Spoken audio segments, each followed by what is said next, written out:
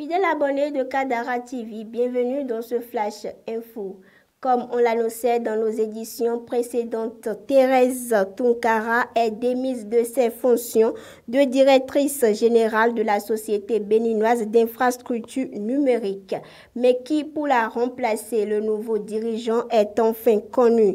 Il s'agit de son compatriote Omar Gueye, nommé en Conseil des ministres en sa séance du 21 juillet. Notons qu'il était précédemment le directeur de la stratégie et du développement Sonatel Sénégal. Nous restons toujours au Bénin. L'équipe du FMI a constaté que la gouvernance avait fait des progrès substantiels au cours des dernières années dans plusieurs domaines comme le domaine de l'énergie, du transport.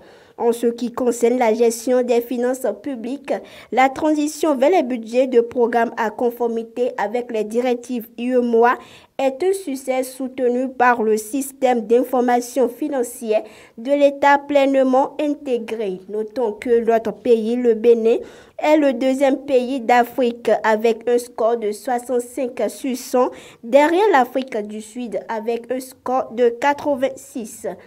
Hors de nos frontières, à présent, le Sénégal fait partie des 8 pays sur les 16 sélectionnés où plus d'1 million de personnes sont confrontées à une crise alimentaire. Selon le rapport régional de 2023 sur les crises alimentaires dans la région du Sahel et de l'Afrique de l'Ouest, la situation est particulièrement alarmante pour 1,3 million de Sénégalais, ce qui représente 7,1% de la population qui se retrouve en situation de crise ou dans une situation encore plus critique. Nous poursuivons nos informations. L'homme d'affaires nigérian Aliko Dangote a plaidé pour la suppression de visas entre pays africains. Ceci lors de la 30e édition des assemblées annuelles d'Afreximbank à Accra au Ghana. À en croire, ce serait, dit-il, un pas important vers l'intégration économique, une condition pour l'effectivité de la zone de libre-échange continentale. Toujours hors de nos frontières, le ministre de l'Intérieur français a annoncé début de semaine l'octroi de financement de 25,8 millions d'euros à la Tunisie pour l'aider à lutter contre l'immigration irrégulière. Notons qu'à l'issue d'une rencontre avec les ministres de l'Intérieur français et allemand, le président tunisien a déclaré que son pays ne voulait pas être le garde-frontière de l'Europe ni une terre de réinstallation pour les migrants rejetés ailleurs.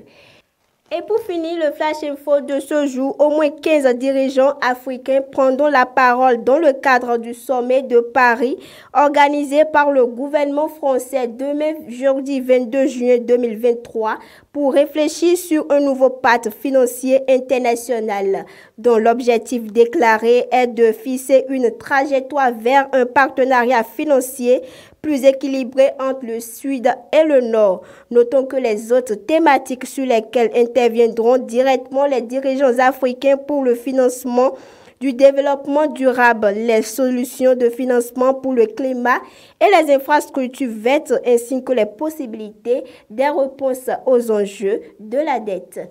Ce sera tout, fidèles abonnés de Kadara TV, la chaîne de l'entreprise. Merci de nous avoir suivis et à demain pour un autre numéro.